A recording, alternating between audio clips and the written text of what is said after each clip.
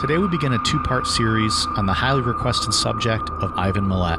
On today's show, we'll discuss the discovery of 7 bodies, all found brutalized in the same forest in New South Wales, Australia. We'll take a look at the police investigation and the evidence that led them to Ivan's brother.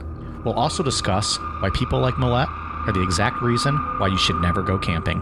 I'm Mike. I'm Ian. And I'm Dave.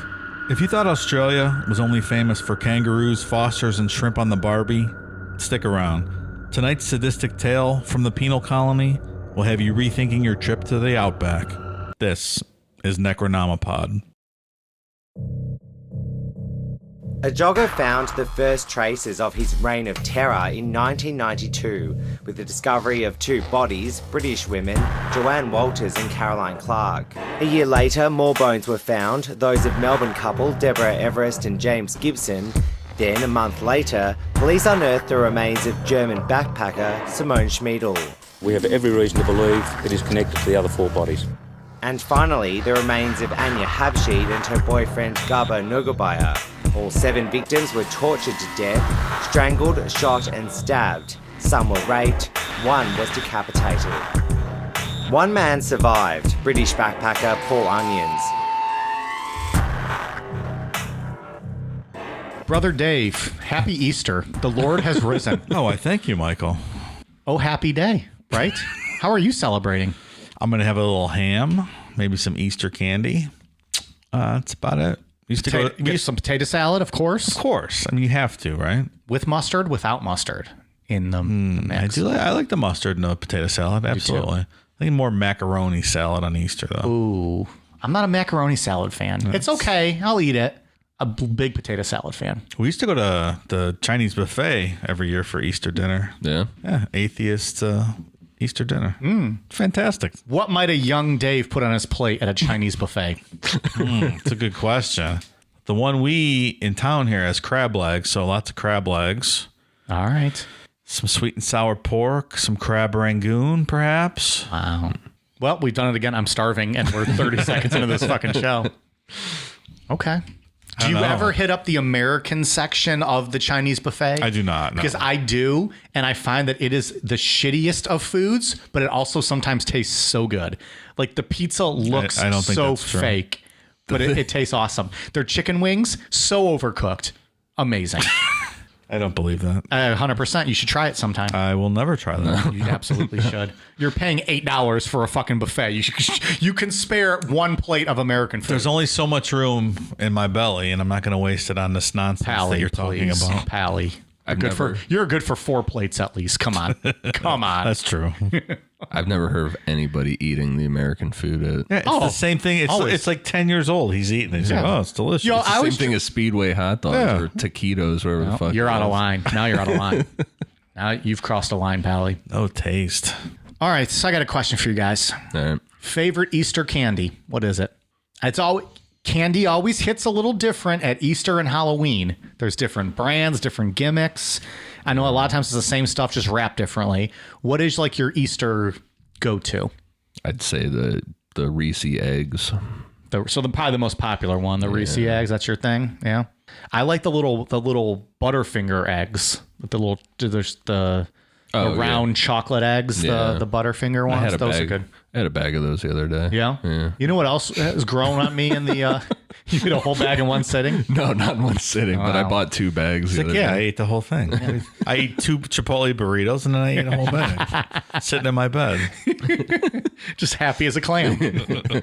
A big fan. I'm not a big jelly bean fan, but I love the Starburst jelly beans. Real good. Big fan. Dave, what say you? I like those Cadbury eggs that are stuffed with something. Which stuffing though? Because there's like the caramel, there's the cream. I think there's a chocolate one. The cream or the caramel? I like the cream the best. Yeah, cream or caramel. It oozes down your lip like a good it looks cum, like you just like came out of a bukkake film. Oh yeah, it looks like you just took a mouthful. But it tastes so damn good. I mean, am I right, men and women? Those are delicious. It's awesome. But I also just like their big regular chocolate bunny and just start fucking bite the ears. ears off. Delicious. I like the hollow ones for whatever reason. Okay. So all the chocolate falls inside because that's what fucking happens. It just falls into that little pit. They have those like shitty candy eyes. Yeah. Yeah, I like those ones. Tin foil that doesn't quite come all the way off, so you just you chew it until you bite it and it fucking hurts like a bitch. Sticks in your filling. Yeah, right. Lights up your nerve. Why don't they have Jesus candy? Like, that's what the reason for the season, right? Isn't he the reason for every season, though, Dave? Some people say so, Mike. Yeah. But they should have, like, Jesus on a cross chocolate candy, and you eat it like the Easter Bunny. Like, you bite off his head, and, like, that'd be cool, right? Yeah. Doesn't Mally's have crosses and shit? Oh, I don't know. Do that? I think so. Mally's is a local chocolate company. Big here in the Cleveland area. Delicious fucking chocolates. Yeah. Also, all candies. They have great gummy worms and bears and all that shit. Good stuff. I like the gummy stuff, too. I like gummy stuff. Yeah. Mm-hmm. So I had some gummy octopuses the other day. Really? I found at the gas station. Wouldn't that be octopi? Wait a minute. This motherfucker just made fun of me for having Speedway hot dogs. He's eating gummy octopus you found it at the gas station, which literally have probably been there for 5 years. They're the same brand as all, like, what is that brand? Nobody buys that stuff. The ones that make like the sour gummy worms. We all know what you mean. No one buys the stuff that's under the register that no one buys. We all look at, we rub our feet on when we're sitting at the counter. It just sits there. It's candy, though. It's not weird pizza that's been sitting on it. No. I never said pizza. That's from the buffet. Yeah. Gas station, it's hot dogs and taquitos. Okay, so hot dogs have been. Can you imagine there. eating a fucking taquito from Speedway? No. I will buy you the buffalo chicken one, and you will love it, guaranteed. I will not put that. You in would my mouth. 100% love it. You would love it. All right, well, that was my lead-in. We have one of our most popular requested topics from Dave. You got a bunch of fans and pals in the land down under, right? Yeah. It's one of their hometown heroes, if you will. They've been wanting this one for a while. Yeah, overly generous with the hero term because this guy's a real piece of shit. Well, it is a penal colony. Well, it's in their DNA. Is that what you're saying? You said it, not me. This guy, though, man, this guy's fucking terrifying. It also took us, let's just, pull back the curtain for a bit, like 5 or 10 minutes to figure out how to fucking say his name. We didn't know if it was Milat or Milat. Yeah. And I think it just depends on your accent. You like Milat. Yeah, it's like somewhere between Millet and Milat, like between the E and the A, but there's not, that vowel sound doesn't really exist in our language. We needed to get like a you sound. need that accent. We need a sound clip of Crocodile Dundee just saying Milet, and we could play that every time. That's not a Millet. This is a Millet. Today we're covering Ivan Milet. And just he pops in. So I think we got the pronunciation almost there. we'll work on it as we go through. Whiskey, beer, tequila, more beer, more vodka, more whiskey, and more beer. Well, we're ready to go. All right, filled up. Woo. Ian, go ahead. This story starts out in the Belanglo State Forest in New South Wales, Australia, which is a very large forest pushing 10,000 acres. The edge of this forest is about 2 miles away from the Hume Highway, which is one of Australia's major inner-city highways, with the forest sitting between Sydney and Canberra. On September 19th, 1992, Ken Seeley and Keith Caldwell went out to the Belanglo forest to go for a run. Both of these guys belonged to a local club that was dedicated to hiking and extensive runs through areas like the Belanglo forest. In the early afternoon, they got to an area in the forest that's known as Executioner's Drop, because from my understanding, it's just this huge drop that goes down into a gorge. Apparently, it's aptly named for this story as well. Have you guys ever seen the movie Wolf Creek, the Australian movie? Yes. It's pretty brutal and loosely based on this story, but check it out if you get a chance. Starring Crocodile Dundee in a darker role than we're used to seeing him in. Much darker. Do they have other actors? Like Hugh Jackman, maybe, but he's bigger than that, right? Oh yeah, this was just a small $1 million film, I believe, in Australia. They got Crocodile Dundee. For the big ones, they get Hugh. Crocodile Dundee. So they have two actors. I don't even know Crocodile Dundee's real name. He's just Paul Hogan. Stop it. I don't want to know. I wasn't asking. It's Crocodile Dundee, motherfucker. So a little more than a mile away from Executioner's Drop, there is a really large boulder that is a marker for this club to stop and record their travels. As they got closer to the boulder, both men started noticing the smell of death, but wrote it off as the corpse of a kangaroo or maybe a dingo. Maybe a dingo ate your baby. I was waiting for it. I'm like, what? I was going to say, I'm like, Mike's going to say it, right? Who's doing it? Asked and answered. Have you ever seen that movie? That's a real story. Yeah, no, I've seen Seinfeld. That's all I know it from, too. I watched the movie with Meryl Streep's in it. Meryl Streep and Crocodile Dundee. Right? Takes place in the Belanglo forest. No, but it was a true story. Like a dingo stole a lady's baby, and they thought it was her and stuff. I can't remember the specifics, but Is there actually a line where maybe a dingo ate your baby? like she thought a dingo really did take her baby. Oh. I can't remember the name, but Meryl Streep's. Thanks for ruining such a funny line for me. Also, when I was writing this outline, I was just imagining like being in a forest, like we're in the metro parks or something here, walking around, there's just fucking kangaroos hanging out. Like that's a casual thing. You're like, oh, that's just the smell of a dead kangaroo somewhere. Well, it's just to be clear, the metro parks here are not a forest necessarily. Well, like it's a wooded area, but Okay. I just don't want people to think That's a forest to me. And I don't want us attached to being a part of a forest because we're not those kind of men. some of those forests go back pretty deep, though. I mean, you can get lost down there. Again, not a forest, but it's a heavily wooded area. They have, And it's like a deer metro park. Like on there's fucking moms rollerblading. You're safe. You're safe. Yeah. And dads rollerblading. I don't mean to, there's moms and dads rollerblading still, and pushing their little babies in a, one of those little gimmicks, strollers, people call them. Those gimmicks. The point is, it's safe. If you say What the hell were we talking about? I'm sorry. dingoes, Mike. Dingoes. Well, got to be careful. So once these guys got to the boulder, both of them realized that the smell that they were smelling wasn't the normal smell of a dead animal. So they started searching around the area. On the west side of the boulder, the two men found a pile of sticks and leaves where the smell was coming from. On first sight, they could see a bone sticking out and some hair. They were still thinking that this was an animal. They thought the hair was fur. Once they were standing next to the pile, they saw a shoe and a torn black t-shirt. And the shoe was still on the bone, like it was clearly someone's foot sticking out of this pile. The men reported that the time was 3:45 p.m. and because the top of the forest was so thick, it was going to get dark soon. So they marked the location and continued on their planned route. When they got out of the forest, they called authorities. How about you go call them now and don't continue on your planned route? They're like, right, let's go finish our jog and then we'll call the coppers. It's these fucking outdoor people, man. Like, heaven forbid you disrupt a hike. Like, they have to finish their trail or whatever. It's kind of an emergency, no? Go the fuck home.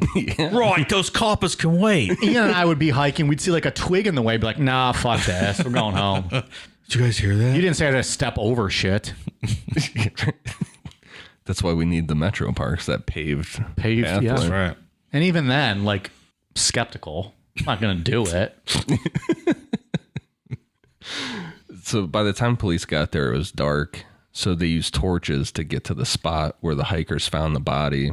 They put in a call to homicide and Australia's Missing Persons Department because there had been an ongoing investigation into backpackers going missing. When police were able to search the area in daylight, they found a second body about 100 feet away that was partially covered by a log. Later that day, police were able to identify the two victims as Carolyn Clark and Joanna Walters. The two women were British backpackers that had been missing for 5 months at that point. So does the fact that they still smelled indicate they were held and killed more recently? If you killed someone 5 months ago, I don't think you'd still get that death stench, would you? No. It's interesting. Yeah. I mean, I guess I would imagine you wouldn't unless there was like some kind of heat, extreme heat that was just making it smell nastier and But with nastier. animals and Yeah. Yeah, the animals would... You would track probably more animals the more it smelled. like there would be and then it nothing just left to right. smell and Yeah. 5 months later. So that's interesting. Yeah. Joanne Walters had been stabbed multiple times in the chest, with one stab wound going so deep that it severed her spine. Carolyn Clark had also been stabbed multiple times and shot in the head 10 times, which police theorized because of the angle and how the shots had entered her skull, that she had been used as target practice after she was dead. 14 feet away from where Carolyn Clark's body was found, police found 6 cigarette butts, and they were all of the same brand. Not far from those, they found a .22 caliber bullet case, which was recovered, and next to it was a piece of green plastic the size of a large coin. Any DNA testing on the cigarette butts? Do Australians have DNA? Do we know? Is that Not true? as of 2021. They hadn't developed DNA yet? Not yet. They hadn't developed DNA tests, or do they have DNA in their bodies? I think both. I think is the question. I don't think they understand the question. Okay. I speak on behalf of Australia. And what's the question? I mean, when they founded the penal colony, didn't they just get rid of all the DNA? We have so many cool listeners in Australia. I don't know why I'm shitting on them. Like, they're fucking badass. We do have a lot of cool listeners in Australia. Like super cool. I like how we treat them as just like the redheaded stepchild of our listeners. And like, we just feel like, oh, let's do an Australian show. We could just fucking shit on them. Meanwhile, they really are some of the coolest people. Yeah. We say that so that we don't get killed when we go there. Fucking strung up in their lawless communities. Take us to Catherine Knight's house. Yeah, right. Hang us on the wall and eat us. I mean, obviously, there's no repercussions. Look at this fucking story. Just killing people in the woods. Ballistic specialists searched with metal detectors and found 9 more bullet cases 12 feet from Clark's body. Detectives from the ballistics unit were pretty confident that because these bullet cases were in good condition, they would be able to identify the gun that fired them. A further 120 feet from the scene, a fireplace had been built from some bricks, which pointed to the killer that the killer was hanging out in the area for some time. Another detail that they noticed was that all of the camping gear the women had with them was gone. He's not overly concerned with leaving evidence, apparently. No, he's just hanging out, doing whatever he wants. Like, it's an open forest. Anyone could come back there. I assume it's a less traveled part of the forest, right. But still, it's, you know, it's public property. He's back there having a fucking party with himself, you know? Build a fireplace. Yeah, like if you're doing that in the dark, would you want to make a fire to call attention to yourself? It's kind of bold. When examining the victims' bodies for physical evidence, investigators found that Joanne's shirt and hands had some small dark hairs on them. She had a cloth used as a gag in her mouth, and there were some other pieces of cloth around her throat, leading investigators to believe that some form of strangulation occurred, even if it didn't kill her. There were no clear signs of her being raped, but due to her body being in significant stages of decomposition, it was hard to be certain, so police ran a rape kit anyways. Joanne's chest showed 3 stab wounds on the right side, 1 to the left side, and another stab wound to the neck. On her back, 2 wounds were found to the left side, 5 more to the right, and 2 to the spine at the base of her neck. The internal exam revealed that 5 of the stab wounds had cut her spine.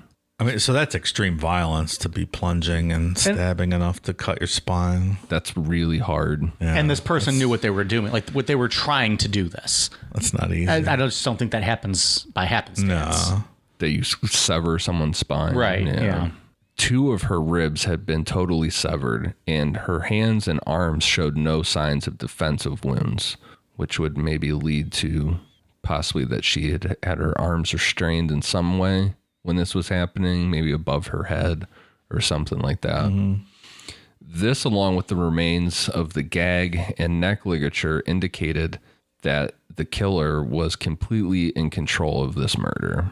Like, there was no way for her to fight back against this at all. Moving on to Carolyn Clark, her body was found with her arms stretched above her head, and she had a red cloth wrapped around her head. She had been shot a total of 10 times in the head with the same .22 caliber gun. She had 1 stab wound to the upper back like Joanne did, and this severed Carolyn's spine as well. So like you said, Mike, somebody that knows what they're doing. Yeah. As far as... Or had a purpose for what they were doing. Yeah. Possibly a hunter who's accustomed to this sort of thing. Or a butcher. Yeah. Or a doctor who's familiar with anatomical constructs, if you will. Where were the investigators? They needed a guy like Dave. The investigators just needed him. He could have given his expert analysis.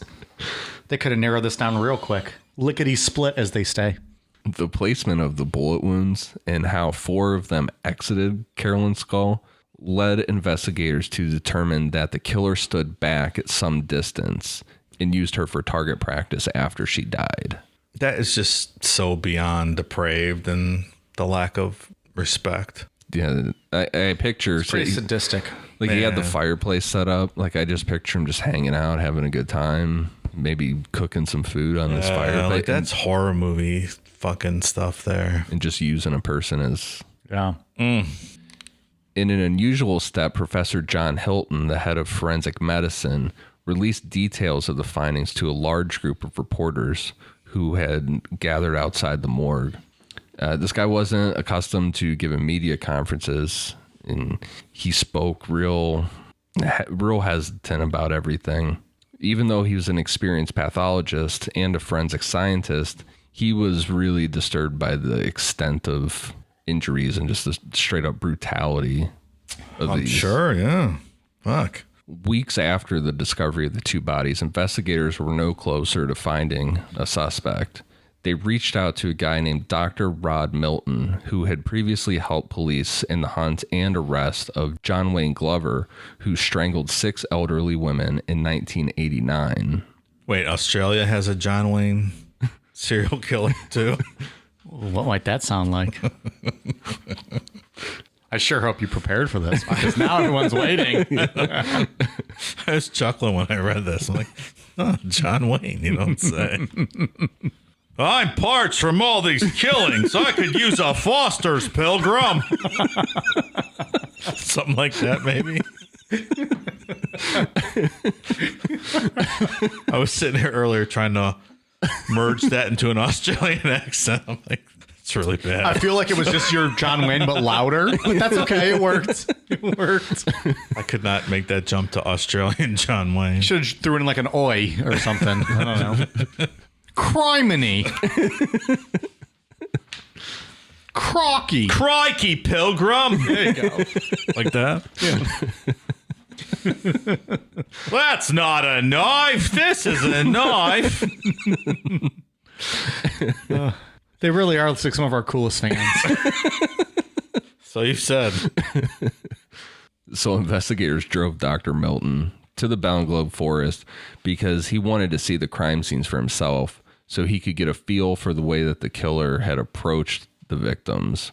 His first thought was that the killer was familiar with the area. Dr. Milton said that Carolyn Clark was killed in a very calculated manner, and the way that the red cloth had been wrapped around her head indicated that the killer had done this to depersonalize her. Her clothing was intact except for her bra, which was unclipped.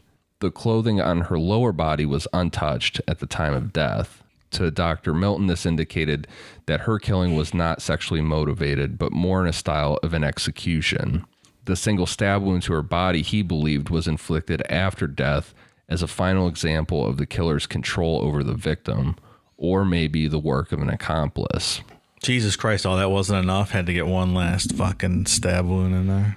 It's just such overkill. Yeah, this whole case is just nothing but overkill. Dr. Milton elaborated on the idea of an accomplice based on Joanne's murder because it showed a different MO. Joanne's body and burial site indicated rage and just uncontrolled brutality. Dr. Milton said that Joanne's clothing had been half removed, which indicated more of a sexual attack. Her shirt and bra had been pushed up, but the clasp was still fastened. The zipper of her jeans were undone, but the top button was still fastened. Her underwear weren't found on her body or in the area, and Dr. Milton theorized that because her shoes were still on and laced up, and her jeans had not been taken completely off, it was more likely they were pulled down for the killer to commit a sexual assault. And I think we'll see later on in this story that there's still probably some lingering doubts as to whether there was accomplices in this whole thing, right? Yeah, I mean, based on this information here, it is like 2 completely different styles of murder.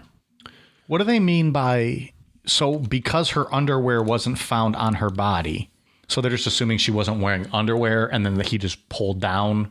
Probably pulled down her jeans and ripped them off or cut them off. I gotcha. Maybe kept them for a trophy or something. Got it. Dr. Milton said that in his opinion, the motive was for pleasure. He believed that if there were two killers involved, one would be older and dominant. The other would be equally sadistic, but more submissive. He said that they could be brothers, sharing a common interest in guns and hunting, and had probably been involved in other sexually related crimes, either together or separately. Dr. Milton provided the following profile. The killer lived on the outskirts of a city in a semi-rural area, was employed in a semi-skilled job, probably outdoors, would be involved in an unstable or unsatisfactory relationship, have a history of homosexuality or bisexual activity, have a history of aggression against authority, and be aged in his mid-30s. Casting a wide net. I guess. A little bit. I guess. A little bit. Well, they can't be all the FBI researchers we have here in True. the state. True. We got the experts here. Right. The fact that he pulled out the whole brother thing in this was, we're going to see later on in this, especially in part 2. That's pretty good. Yeah. Wait, what do you mean? That he said if In the paragraph above it, Dave, when you said it could be. Sorry. I was looking at the list. Yeah, I got you. that they could be brothers. I think that's what leads to some of the lingering questions to this day. Yeah. We'll be right back. Is there something interfering with your happiness? Something keeping you from achieving your 2020 goals? Let's face it, these are certainly trying times. From being cooped up inside your home to wondering how you're going to pay next month's bills, we're all experiencing some form of stress or strain on our mental health. And for that, BetterHelp is here for us. BetterHelp is an online mental health provider that will assess your needs and match you up with your own licensed professional therapist. The best part? No waiting rooms. That's a pretty big deal if you're as impatient as I am. BetterHelp is a safe and private online environment that will have you communicating with a counselor within the first 24 hours. And once you've begun, you can send your counselor a message at any time, always getting a helpful response in a timely manner. You even have the ability to schedule weekly video or phone sessions, all from the comfort of your very own couch. BetterHelp is available worldwide and has a broad range of expertise available, including licensed professional counselors who specialize in depression, stress, anxiety, relationships, sleeping, trauma, anger, family conflict, LGBT matters, grief, and self-esteem. In fact, so many people have been using BetterHelp that they're currently recruiting additional counselors in all 50 states. Not happy with your counselor? No worries. BetterHelp is committed to facilitating great therapeutic matches and makes it easy and free to change counselors if needed. Remember, everything you share with your BetterHelp counselor is completely confidential. And while it's not a crisis line, it is a convenient, professional, and affordable way to seek the help you deserve. Financial aid is even offered to those who qualify. Want to hear how BetterHelp assisted people just like you? Check out the testimonials posted daily on their site. Look, we here at Necronomipod want you to start living a happier life. So, as a listener, you'll get 10% off your first month by visiting betterhelp.com/necro. Join over 1 million people already taking charge of their mental health. Again, that's BetterHelp, betterhelp.com/necro. As the case grew cold, a man named Bruce Pryor paid very close attention to any news reports regarding the case. Bruce had grown up in the area, and the Belanglo forest was a place that he traveled through regularly gathering firewood. Is that legal? Free firewood? I guess so. You get a fucking probably $1,000 fine over here going in the forest. There's no rules. Wood. No rules over there, pal. Yeah, you can't just go chopping down trees over here. No, Just you'd be getting ripping. handcuffed. Penal colony? Say okay. Yeah, sounded all right, Dave. Yeah, There you go. I like it over there. Let's go over there. You need wood? Go take a tree. It's fantastic. Go take a tree. I mean, the owner of the property might shoot you, but it's lawless. Like you just don't know. It's kill or be killed over there. That's not for me. It's a dog eat dog world. It's clearly not for me. It's 100% not for me. If we ever should find ourselves in Australia, I'll be staying at whatever their equivalent of the Ritz is or something. Yeah. It's probably the Ritz. No, I don't think so. It's the Ritz. Right, mate. You're at the Ritz. Yeah, something like that. I don't know. Do they have a Ritz in Australia? I imagine they do. Probably not, though. It's like a Super 8. You know what we should do? You know the whole conspiracy thing about whether birds are real? Yeah. We should create our own, like, whether Australia's real or not. Like, Australian people are not real. So what are they? I don't know. Just government robots? I don't know. Some. It's like Westworld or something. Yeah. That's what the bird thing is, right? That they're drone, like government drones. Yeah. They're not So real. Birds all don't Australians exist. are just drones? Yeah. It's like Westworld. How dare you guys? We have good, decent listeners over there. I'm not saying they're bad. They're great people. You're calling them not people. You're calling them not people, sir. I think they're still great, but maybe they're not real. Maybe Australia's not real. Wow. You heard it here first. I am appalled. I'm appalled. Shame. Double shame. You're the doodle guy. Can you draw us up a "Is Australia Real" shirt we could get on Amazon tomorrow? I will not partake in that. They're fine people. They may or may not have a Ritz. I don't know. They're fine something. They just might not be people. They might be robots. They might be androids. They might be drones. Maybe so. Let's look into it further. Okay. So in October of 1993, Bruce went to the forest as usual. He went to an area known as the Maurice Fire Trail and eventually came to a T-shaped intersection.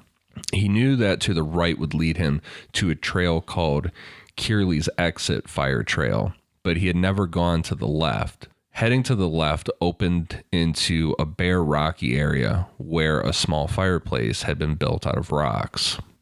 About 150 feet away from the fireplace, Bruce found a large bone that he thought could be a kangaroo bone, but looked really human.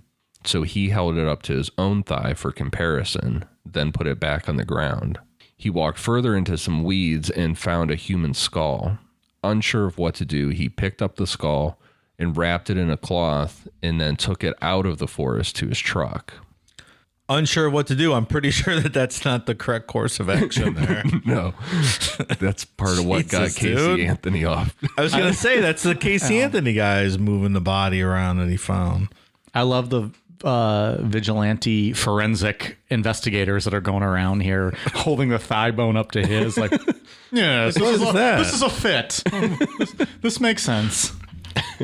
You know what else? We're making fun. We should not be laughing at this. Like, it is sad, but No, it's awful. But who's just picking up bones like that? yeah, does don't that? touch bones. Like if I saw a skull, I'd be like, all right, Even- I'm gonna call the police now. Even if I was 99% sure it was fake, I'd get the fuck out of there. Like, I wouldn't touch it. I wouldn't be messing with it. Like so far in the story, it leads me to believe like the whole land of Australia is just bones everywhere because people don't seem like the joggers are like, we'll go finish our jog, then we'll tell the police later. This guy's taking the skull with him, like everything's no big deal. Like Well, they all think it's kangaroo bones. there's bones so far. everywhere. But does that mean there's kangaroo bones How everywhere many in fucking the dead forest? kangaroos are there in Australia? I have so many questions about this Are now. kangaroos real? We've all established that Australian people are not real. But My are the favorite kangaroos picture real? ever of a kangaroo is the one that's Nate Diaz. Oh, the one that's seen all flexing. Have you seen that? I think I have. Where it's fucking Nate Diaz. Yeah, I didn't realize. That's the other thing I didn't realize about kangaroos is that they're really fucking strong. Like a kangaroo. Yeah, can I would not fuck fucking. you up. I would up. not box a Yeah. kangaroo. No, kangaroo will fuck you up from Yeah. what I saw online. I love to see it too. It's great. I mean, I would absolutely. I love watching kangaroos fuck humans up. Stupid ass humans. Like, when you go fuck with a kangaroo, you're gonna Yep. get fucked. But I'm not doing it. You'll not find me at the Outback unless it's a steakhouse. That place is not good. No, it's not a steakhouse, and nor is it good. I mean, it is called Outback Steakhouse. That's a misnomer. So 30 minutes later, the police arrived and they asked Bruce to lead him to where he found the skull. About 120 feet from where he found the skull, police found the skeletal remains of two bodies. The bones were scattered around by animals, but they were able to determine that one was female and one was male. Using dental records from the missing persons unit, police were able to determine that the remains were from James Gibson and Deborah Everest.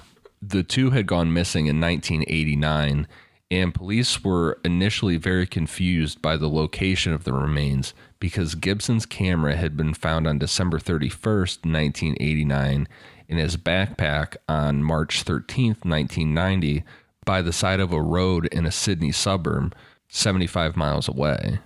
Is he trying to complicate the trail here? That's what I was reading earlier. That's what Seems like police it, were yeah. thinking. Like throw people off. Gibson's skeleton showed a stab wound through his upper spine that cut upwards through 3 vertebrae. This wound would have left him instantly paralyzed. 2 stab wounds had punctured his breastbone with cuts to the ribs, indicating 2 or more stab wounds to the left and right sides of the front of his chest and 2 more in the upper back. 7 major wounds were detected on his skeleton, but many more could have happened without touching bone. I think we'll talk about this more later, but this idea that he was paralyzing people is just absolute nightmare fuel. Yeah. And leaving them there for how long and whatnot. But I think anyone who's ever had Holy sleep paralysis shit. could even think about what it's like. First of all, to not be able to move. Second of all, to think about that a man did this to you and now you're watching him move around That's and do other absolutely things while you terrifying. can't move. Like this is a whole different level of brutality that we've never really talked about before. it's a lot for sure between this and the target practice stuff. I mean, And it just seems like, this guy knew what he was doing, right? Like this was his MO to like just do this to these people. yeah, so far. Deborah had been severely beaten. Her skull was fractured in 2 places. Her jaw was broken, and there were knife marks on her forehead. She had also been stabbed once in the back. Further searching the crime scene led police to finding a black bra with a stab through it and gray leggings that were tied into a loop, probably used as a restraint. Superintendent Clive Small was ordered by Commissioner of Police Tony Lauer to take over control of the investigation. The investigation was officially named Task Force Air. Small appointed Detective Inspector Rod Lynch as his second in command. Lynch's job was to set up and coordinate the Sydney headquarters of the investigation, while Small, based near the forest, would oversee the on-site investigation. Lynch began recruiting detectives for the task of following up on many of thousands of pieces of information that had already been received from the public. And then the next thing was to set up a public hotline with the media that the media would promote and would ask the general public for any information regarding the murders. It sounds vaguely reminiscent of the Chikatilo case with I don't know, I sense some politics involved here and trying to put together a task force. Not wanting to announce Not wanting to. that there's probably a serial killer. Right. Which is a smart way to go, right? Like you don't want to cause like a major fear. Depends, Right? but then people aren't on the lookout either. They don't have their guard up like they would. But also you don't Stay also out of want the to give fucking away. forest. You don't want to. Well, that's just being generally understood. Don't go in the fucking forest. Not give away any clues or tips or hints. Someone's going to talk at some point. Yeah, You I want mean, to it's give a that judgment away. call, for sure. Oh, Chikatilo. Wasn't reminiscent of that, but right. Small called off the search of the forest for several days so he could view maps and surveys of the area and plan a more expansive search. He divided a map of the main forest into grids, every inch representing 750 square feet. 40 officers walked each grid side by side, combing every inch of the forest floor. If anything of interest was found, they would shout "find," and scientific police would come take photographs, mark the position, and bag any evidence found. They were also helped by teams of cadaver dogs that had been used extensively in the United States to find old Civil War graves. So they were bringing out the big guns to figure this out. That's pretty neat, the whole cadaver dogs to find old unmarked Civil War graves. I'd like to learn more about that, I think. Yeah, I didn't even know that was a thing. I didn't either. I'm going to look into that. I'm going to see if there's any That's books on that. interesting. Yeah, it's neat what they found so far and stuff. I'm sure there's tons wonder of if they're- mass graves after the bat. I mean, Sure. they I wonder how many books there are about it, or if it's just going to be wonder. little clippings in different books. Yeah. That'd be interesting. I'm to going to look look up. into that. That's neat. Curb Your Enthusiasm, the cadaver dog, when they bought the restaurant. Remember that season 2? Goddamn. Well, now, never mind. Dave doesn't remember. Sorry. If Ian doesn't get my office jokes and you don't get my Curb Your Enthusiasm jokes, why the fuck am I even here? Jesus. Bullets and shell casings taken from the second crime scene were identified as being from a Ruger repeating rifle. And police learned that around 50,000 of these guns had been imported into Australia between 1964 and 1982. The manufacturers provided a list of their distributors in Australia, who in turn provided a list of the gun shops who had purchased them. Gun shops were required by law to keep a record of each gun sold, but there were no legal requirements for any private sales of the guns. That sounds familiar. Yeah. Sounds about the same as here. That all changed though, and Australia had a massacre in 1990, the middle 90s, 96, I think, and they overhauled all their gun laws, and it's not that easy to get guns in Australia anymore. We have those once a week here, but it's a big deal there. But yeah, much stricter these days. A list of all Ruger rifles owned by residents in the area surrounding the forest was made with the intention of confiscating the rifles for testing to find a match. This plan was leaked to the press, which really pissed off investigators because they're like, great, now the killer's just going to dump this gun. Just like Dianne Feinstein out there in San Francisco telling Richard Ramirez they knew what shoes he was wearing. Yeah. It's like, well, better go throw those off the bridge. Not going to be wearing those anymore.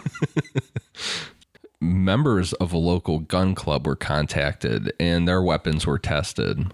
One of the members told detectives that a friend of his named Alex Milat had witnessed something suspicious in the forest the previous year. Police later contacted Alex Milat, who gave them a very accurate description of two vehicles, one a Ford sedan and the other a four-wheel drive truck that he had seen driving down one of the trails into the forest. He told them that as the first vehicle passed him, he looked in and saw a man driving, and in the back seat were two other men. Between them was a female with a cloth tied around her head like a gag. In the second vehicle were two men, one driving and the other sitting in the back next to another female who was also bound. He gave police detailed descriptions of all the occupants, including clothing and approximate ages. He stated at the time he had written down the details of the license plate number of the second vehicle on a scrap piece of cardboard, but had lost it. He didn't want to let anyone know back then, maybe, what was going on? This is really odd right off the bat. Yeah. You pulled all those details out just passing a car. Like, even if something looked weird to me, I wouldn't be able to tell you the clothing, the age of the person. Very specific. Yeah. It's a bit detailed. I noticed that his last name was Milat. Is he related at all to... He could be. Okay. Just wondering. Police were reaching their last area of the forest to search when on November 1st, 1993, investigators found a pair of pink women's jeans and a piece of blue and yellow rope. Next to them was an empty .22 caliber bullet box.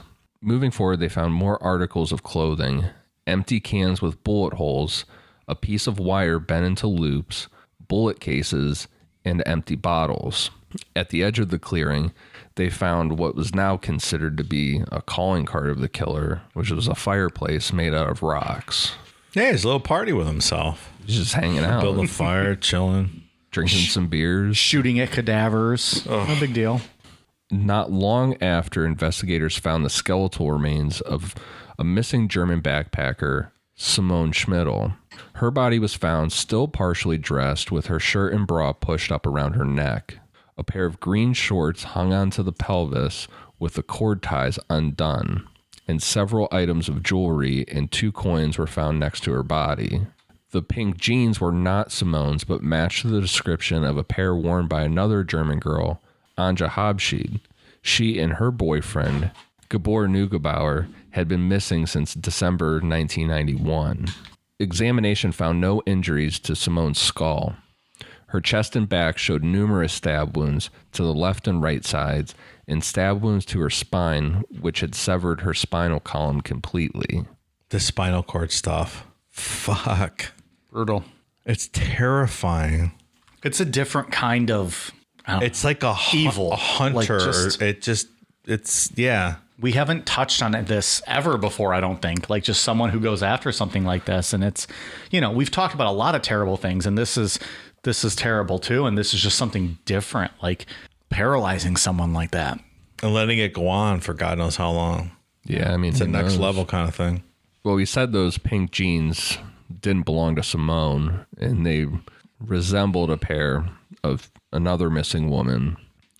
A few days later, on November 4th, 1993, investigators found the skeletal remains of 2 more victims, Anja Heibschied and Gabor Neugebauer from Germany. Gabor's skeleton was complete with the remains of decayed clothing, including a pair of jeans with the zip opened and the top button fastened. His mouth had 2 gags, one that had been tied across the mouth using a reef knot, and the other had been placed in the mouth prior to the other being tied. This stood out to investigators because they were tied using 2 different knots, which makes no sense. We had another story like that with multiple different kinds of knots, didn't we? Wasn't that West Memphis 3? Yeah. Oh, there you go.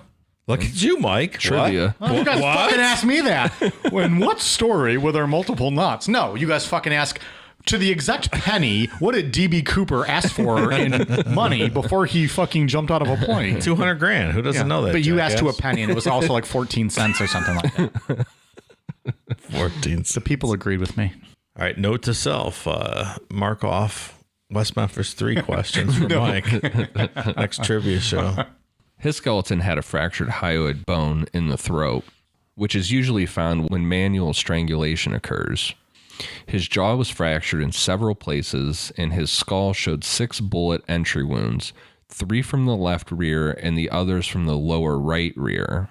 Investigators found no fired bullet cases near the body, and the angle of the entry wounds versus the exit wounds indicated that 7 bullets had been fired into his skull.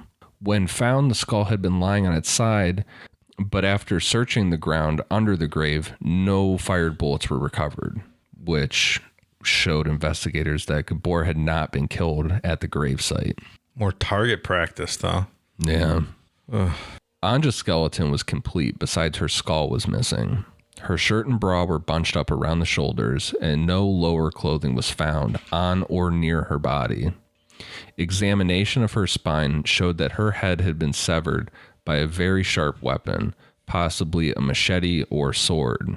The angle of the cut indicated that she had probably been in a kneeling position with her head down when the cut was made. So like a straight up execution. So alive. Yeah. Oof. Why did people want us to cover this one again? Why were they so into this one? Because people aren't real in Australia. So they have no soul. Why else would they ask us to talk about this? So now what was standing out to investigators most was the fact that 7 victims had died in relatively different ways. They had either been beaten, strangled, shot, stabbed, or now decapitated, and almost certainly sexually assaulted in some way, both male and female. And they were basing this off that all the male victims, when the pants were found, they had the zipper undone just like the women, but the button was still fastened. Based on the fireplaces and more bullets and litter found at each scene, like the amount of shit that was found kept escalating.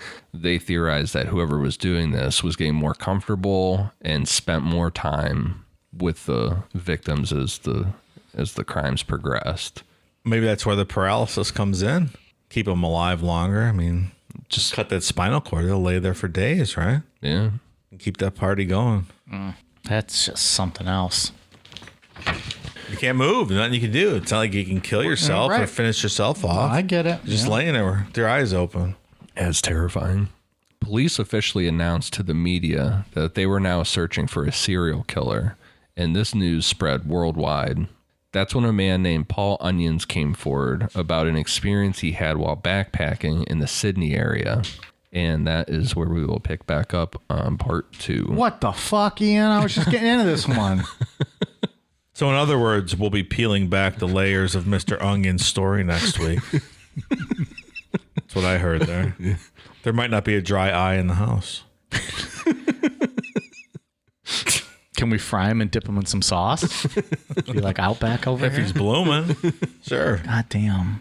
I'm not showing up next week unless there's a bloomin' onion in studio. Jesus. Just let it be known. I might just bring one and plop it down here, and I guarantee you both fucking eat and dip into that. No one says the onion's not good, dude. It's fucking It's the good. steaks that aren't good. It's good. No one, Not a no bloomin' one, onion house. No one goes to Outback and says, I'm here for the steak. You go for the fucking bloomin' onion and like the tall beers that are $2. Are they on DoorDash? Maybe I'll have a bloomin' onion delivered for you. I don't know. Isn't everything on DoorDash at this point? It's a pandemic. They should be. If they were smart business, they would be. I believe so. DoorDash really fucked me a couple times ago. Oh, yeah, your that, yeah. Chipotle incident. Fucking assholes. Yeah. They still owe me $20, DoorDash, you fuckers. Wow. Look at that. Calling them out. Calling them out. Jerks. Rude customer service people. I see how you are. Fuck you, DoorDash. It's Uber Eats for this podcast. Goddamn right. We're an Uber Eats podcast now. Motherfuckers. Well, that's a good lead into next week. Yeah, definitely the same person doing this, but I think there's a lot of evidence that points towards two. That is crazy to this day. So, yeah, story about Ivan Milat. Didn't even say And haven't even mentioned say him. his name. And haven't even mentioned him. That's all right. Well, have we ever done that before? Not that I know of. Wow. Just mentioned his poor brother, Alex. Maybe not so poor. Well, we'll see. Well, we figured out that Australia doesn't exist, so Well, it's true. We might be onto something. We'll see what happens, where it goes. Who knows? So, any final thoughts on part 1 of Ivan Milat? It's only the third time we've said his name all night. I honestly didn't know much about this guy at all going into this. I mean, I knew of the backpacker murders, like, because that's what the name he's given or stuff, but I didn't know much about it. The level of brutality, really. It's fucked up. it's off the charts. Yeah. Yeah. It's just something. It's different than, we've covered the rapes. We've covered the kill to drink the bloods, the kills just to get off, but to like paralyze someone and just watch them die or let them die. It's like Albert Fish level kind of sadism, I think. But it's even still different though, right? different. Like it's just something we haven't touched on yet. Like, we found a new way to fucking shock and awe all of us. Yeah. Just fucking terrorizing someone's spinal cord. That's crazy.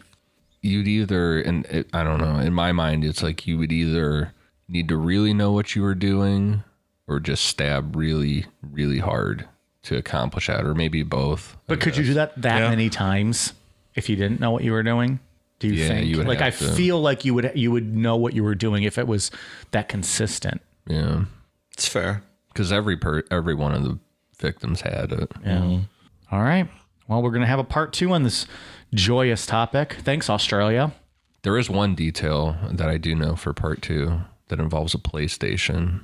All right. Okay. It's a good little wrap up to this whole story. All right. Interesting. Come back next week, folks. That's how we get you to come back. All right. Well, let's jump into some patron shout outs. Are you not going to go to me for my final thoughts? Well, I opened it to everybody. I didn't just ask Ian. You let Ian speak and you passed me over. By all means, the floor is yours. One, I would say check out Wolf Creek, loosely based on this. It's a great movie. Two, I think we discovered that Australia has never existed. That was a penal colony of our mind. I'm going to search out the truth and find out why people in Australia aren't really people. I almost feel like we should make this a thing every week. Like 3 things Dave learned today. 1, blah, blah, blah, blah. 2, Australia's not real. So 3, you just blah, blah, forgot blah. the first thing he said.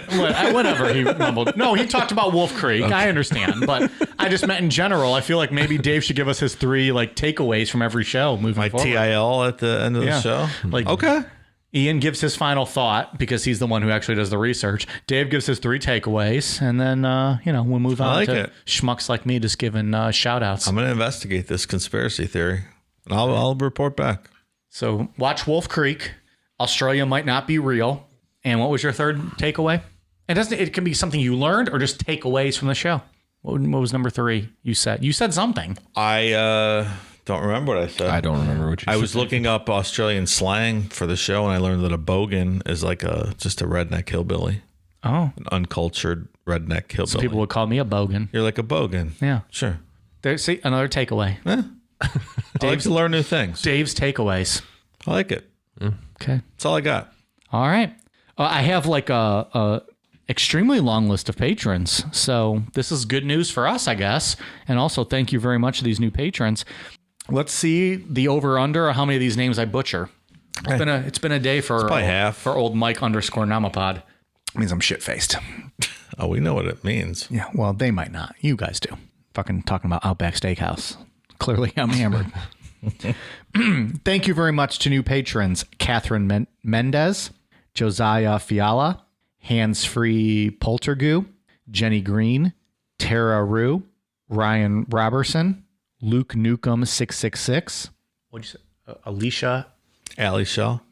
Allie Shell, Amanda Parks, North Griffey, Stacy, Ben Davis, Ashley Moo, Samantha Zaziski, Tiffany Goodard, Chad B411, Melanie Kuiper, Beth Meigland, Melissa Skinner, Kylie Wright, Come Forever. Must have been one of Mike's college girlfriends joining Patreon. Welcome back. Come Forever. Finally, you're paying for it. Rogelio Mendoza, Tori Miller, Nick Yates, Eric Troutman, Serena Halpern, Madeline Ann, Abigail McGee, Alicia A., Just Plain Horrible, Isaiah Barrios, Molly Howley, Melanie, Abby, Emma Anderson, Scott Herring, Sharita, Jody Boyer, Dylan Gibbs, Terry, Zane Wayne Gacy, Maddie. You guys over here. Maddie, Dave Snell, Tabitha Ruiz, Matthew Mullahan, Shayna Wright, Dylan James Williams, Brad L., Brianna Webb, Gabby Casta, Sage Senek, Tiffername, Max Simonchuk, Charlie Dean, Adrian Valdez, Kyle Larned, Jordan, Shinobi Steele, Trent Dunster, Brooke Summers, Kristen Gamelin, Andrew Springer, Lizzie Whitmarsh, Chelsea Columbus, Ronald Cushion, Billy Sexton, Morgan. That was a good one. That was a good pop.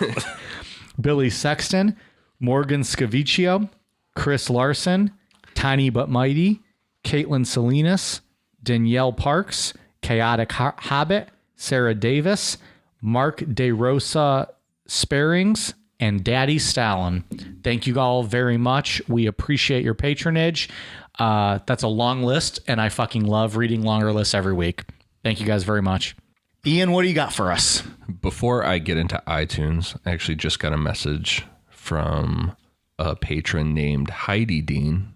Her daughter, you just shouted out, named Charlie Dean, just became a patron. Heidi's a patron too. She asked if we could give an extra shout out to her daughter, Charlie, because she's moving to Iowa, or moving from Iowa to the Florida Keys. So shout out, extra shout out. That's an upgrade. Yeah. I like the Keys. Now you're talking. Yeah. Extra shout out to Charlie. So we have generational patrons now? Yeah. Are we that Fucking old? fantastic. Are we that old? God damn. Good for you. Good for you, Dave. Good for you. Good for you. I was talking to Heidi, fucko. I wasn't talking to you. I was talking to you. I was congratulating you. All right, Ian, what else you got? So then for iTunes, I have one for Kill Bro Fraggins. That's an awesome name. Love it. Flying Monkey Man. Should be Flying Squirrel, man. That's you. Greatest fucking prank of all time. Open the door to an upside down dick in your face. Come on. Crime Soon. Phlegm 2. Styles 1994X. Bama Sped Teacher. Diego Sasquatch 710. 86451. 864 8675309 8675309 8645121 NBC Bobbleheads B3 4W Jabney 75 West Coast South Dakota Sunshine Pistol Bryn's Mommy, and that is it. Thank you guys for the awesome reviews. That's a fucking lot of good reviews. Yeah. Damn. Show's on a roll. Damn. All right, Dave, anything else from you? No, I've discontinued Bad Review Corner because I felt like it was encouraging bad reviews. I got a couple. I'm like, let's not do this anymore. I'm not spotlighting these assholes with the bad reviews. So especially if it's gonna hurt our ratings just because they're trying to fucking get themselves off. I terminated that segment. So boom, nothing for me tonight. Thank you. Well, happy Jesus Day, Dave. I will be celebrating Easter this weekend. Yeah, with some ham and some pasta salad.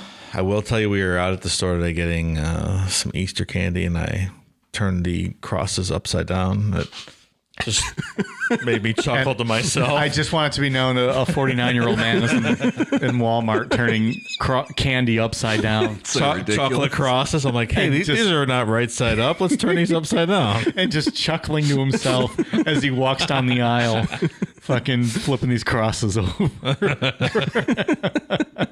I found it rather amusing. Some poor little grandma's going to be walking through that aisle trying to buy candy for her grandkids and is going to be appalled by what she sees. And that is what makes it funnier for Dave in the end. He legit loves it. She'll be all right. Or whoever stocked those is going to get in trouble for that shit. Oh, come on. No, they're not. Oh, Stop man. it. You're fired now because of that. That's true. If only they had cameras in that store where they could just watch and see who did it. And it's just Dave, like, flipping them with also his middle finger behind his back at the camera. Like, yeah, I know you're watching. Fuck you. What are you going to do? Like, I'm buying my candy because fucking capitalism, you exist. Okay, happy Easter. Bye. You guys ready for a cool down beer? Cheers.